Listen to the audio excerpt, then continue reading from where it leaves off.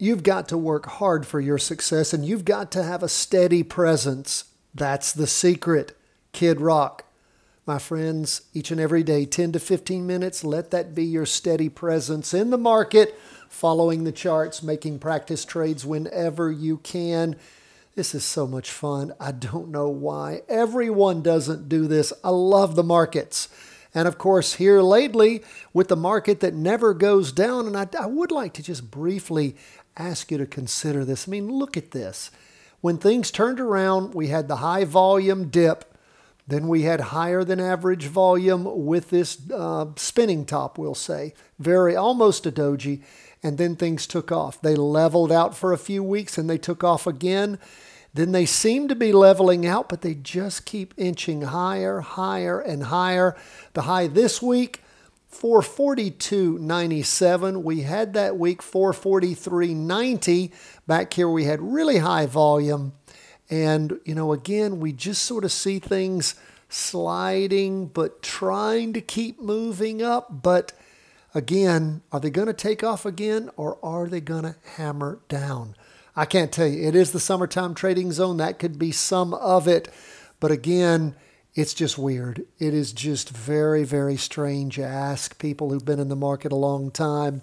And of course, you see the impact of inflation, of printing all this money backed by nothing, war in Europe, you know, all the insanity that is going on around the world. So at some point, what goes up does come down. We'll continue to ride it up as long as it just keeps going up. Up for the day, 0.64%. The S&P, you can see again, we're sitting right there on this 2-day chart.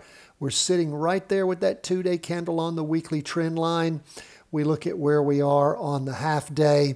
And again, let me just move this around a little bit. There we go. See how that'll fall off sometimes? And I had to rejiggle it to let you actually see what was going on with it. Okay, so anyway, here's where we are. We can again see on the half day, it moved down and bouncing off a little bit up in the morning, a little further up in the afternoon, but again, nothing really changing. Now again, we can move back to where we were here. So it's all sort of similar. Tell you what I like to do, I like to take it, put it in a big chart and see. I like that setup actually a little better.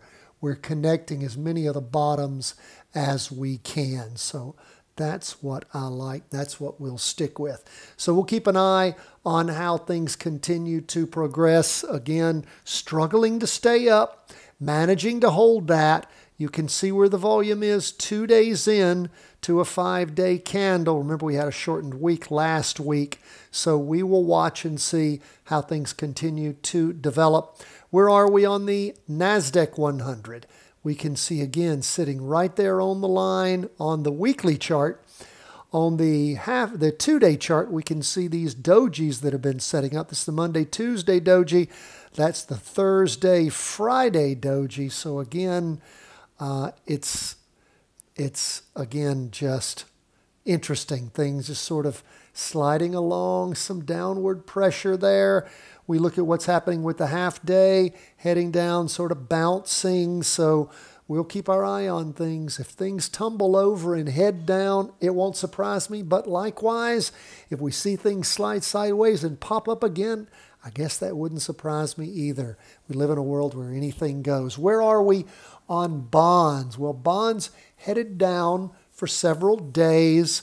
We do have an update, 0.51%. You can see up in the morning, a little further up in the afternoon, well below the weekly trend line. We look at the 2-day dropping over, and we look at this weekly trend line, again, reaching a lower low than last week, just barely. Let's see what that looks like. If we look up the low, 98.85. Last week, the low, 98.99. So it's actually a little lower last week. See, these little dashes, I love these lines, but they can really confuse you as to maybe I need to just color my candles differently. No, the lines are black. I'm not sure. But it just means you have to move off the line to see just what's going on. So haven't quite hit the low of last week yet, but we'll keep an eye on things. Bonds Still in a downtrend after that uptrend collapsed. Let's look at gold, up a little bit for the day, 0.37. Now, this is something I'm hopeful on. Gold breaking through the weekly trend line. We do see a doji there trying to set itself up as a green. It's just sort of it's just a doji right now. Looks like it's trying to go green. We'll keep an eye on it. I'm hoping maybe this down move in gold has ended and it's going to start shooting up a little bit for the day. We can see where we had back on Friday an up day. Monday, sideways slide. Tuesday, an up day, but again, right around the same point, around that 179.60 something. So again, we'll keep an eye and see if gold's going to take off, go into another tear. Will it hit the most recent high it hit around that? Let's see what that mark is. Around that 190 something mark. Will it go up another $10 or so? Or will it blast through that? Or will it just resume its downward push? Don't know. But we're watching. We're paying close attention right now based upon pushing through the weekly and the 2-day and the half-day. So we'll keep an eye on gold. Lastly, we go to Bitcoin. Bitcoin down for the day, 0.92%.